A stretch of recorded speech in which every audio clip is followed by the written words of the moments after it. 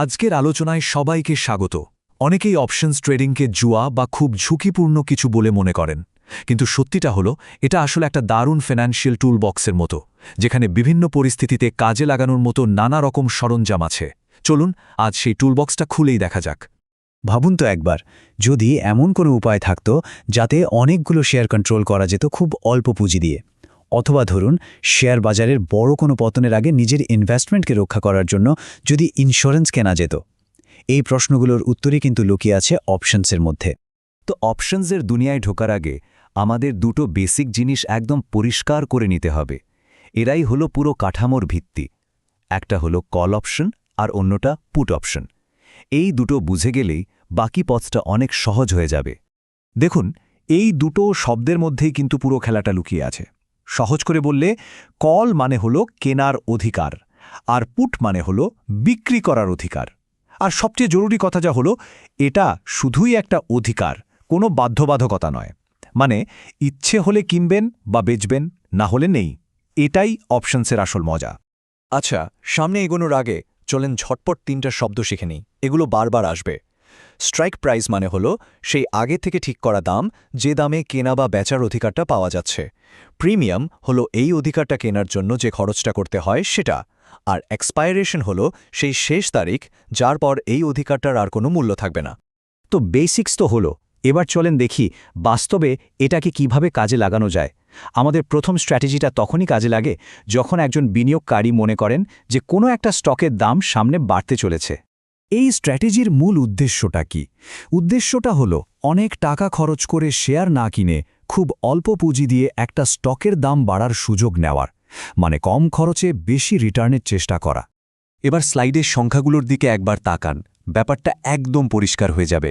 দেখুন, ১০০টা শেয়ার কিনতে লাগছে প্রায় $18,800, আর অন্যদিকে মাত্র $269 খরচ করে একটা কল অপশন কিনে সেই ১০০টা শেয়ার কন্ট্রোল করার ক্ষমতা পাওয়া যাচ্ছে।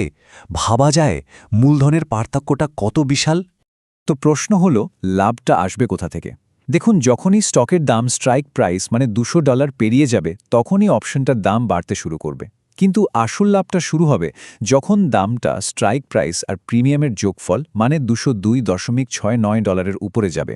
এই লেভেলটাকেই বলে ব্রেক ইভেন পয়েন্ট। কিন্তু দাঁড়ান, লাভের কথা শুনেই লাফিয়ে পড়লে চলবে না। অপশনসের সবচেয়ে বড় ঝুঁকির দিকটাও মাথায় রাখতে হবে। স্টকের মতো এটা কিন্তু আজীবন ধরে রাখা যায় না। এর একটা এক্সপায়ারি ডেট আছে।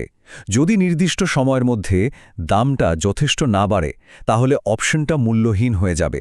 আর যে প্রিমিয়ামটা দেওয়া হয়েছিল, মানে পুরো $269, সেটাই লোকসান। আচ্ছা, প্রথম স্ট্র্যাটেজিটা তো ছিল দাম বাড়ার ওপর বাজি ধরার জন্য। এবার আমরা এমন একটা কৌশল দেখব যেটা দিয়ে নিজের কাছে থাকা শেয়ার থেকেই কিছু বাড়তি আয় করা যায়। এই চমৎকার কৌশলটার নাম হল কাভার্ড কল। ধরুন, আপনার কাছে কোনো কোম্পানির ১০০টা শেয়ার আগে থেকেই কেনা আছে। আপনি সেগুলো এখনই বেচতে চান না, কিন্তু ওগুলো থেকে কিছু ইনকাম করতে চান। এখানেই কাভার্ড কল কাজে আসে। এই যে দেখুন, এখানে একজন ইনভেস্টরের কাছে $৭৯.34 কেনা ১০০টা শেয়ার আছে। উনি কি করলেন? উনি ওই শেয়ারগুলোর ওপর একটা কল অপশন বিক্রি করে দিলেন, আর তার বদলে সাথে সাথেই পকেটে পুরে নিলেন $237 প্রিমিয়াম। এটাই হলো ওনার ইনস্ট্যান্ট আয়। এখন দুটো ঘটনা ঘটতে পারে। এক, যদি স্টকের দাম $৮২.৫০ নিচে থাকে, তাহলে তো পোয়া বারো শেয়ারগুলো থেকে গেল, আবার $237 প্রিমিয়ামটাও লাভ হলো। কিন্তু ২, যদি দাম $৮২.৫০ ওপরে চলে যায়, তখন কিন্তু কথা অনুযায়ী ওই দামে শেয়ারগুলো বিক্রি করে দিতে হবে। মানে লাভের একটা সীমা তৈরি হয়ে গেল। আচ্ছা, আমরা আক্রমণ দেখলাম, আয় করা দেখলাম। এবার চলুন দেখি কিভাবে নিজের পোর্টফোলিওকে রক্ষা করা যায়। আমাদের শেষ স্ট্র্যাটেজিটা হলো একটা ডিফেন্সিভ মুভ। এটার মূল লক্ষ্য হল নিজের শেয়ারকে বড় ধরনের লোকসানের হাত থেকে বাঁচানো। সবচেয়ে সহজ করে বললে, এটা হলো আপনার স্টকের জন্য ইন্স্যুরেন্স কেনার মতো। আমরা যেমন গাড়ি বা স্বাস্থ্যের জন্য ইন্স্যুরেন্স করি, এটাও ঠিক তেমনই। এখানে দেখুন, আগের মতোই ইনভেস্টরের কাছে ১০০টা শেয়ার আছে। এখন উনি বাজার নিয়ে একটু চিন্তিত, তাই উনি $276 খরচ করে একটা পুট অপশন কিনলেন। এই খরচটা হলো ওনার ইন্স্যুরেন্সের প্রিমিয়াম। এর ফলে উনি একটা অধিকার পেলেন। যদি দাম পড়েও যায়, উনি $৭৭.৫০ শেয়ারগুলো বিক্রি করতে পারবেন। তো শেষ পর্যন্ত কি হলো? যদি স্টকের দাম না পড়ে মানে $৭৭-৫০ উপরেই থাকে, তাহলে ইন্স্যুরেন্সের প্রিমিয়ামটা মানে ওই $276 লোকসান। ঠিক যেমন অ্যাক্সিডেন্ট না হলে গাড়ির ইন্স্যুরেন্সের টাকা ফেরত পাওয়া যায় না, কিন্তু যদি দাম $৭৭-৫০ নিচে নেমে যায়, তাহলে এই ইন্স্যুরেন্সের আসল কাজ শুরু। লোকসানটা ওই $৭৭-৫০ গিয়ে আটকে যাবে, এর নিচে আর নামবে না। এটা একটা সেফটি নেটের মতো কাজ করে। এ ব্যাপারটা কিন্তু খুব গুরুত্বপূর্ণ।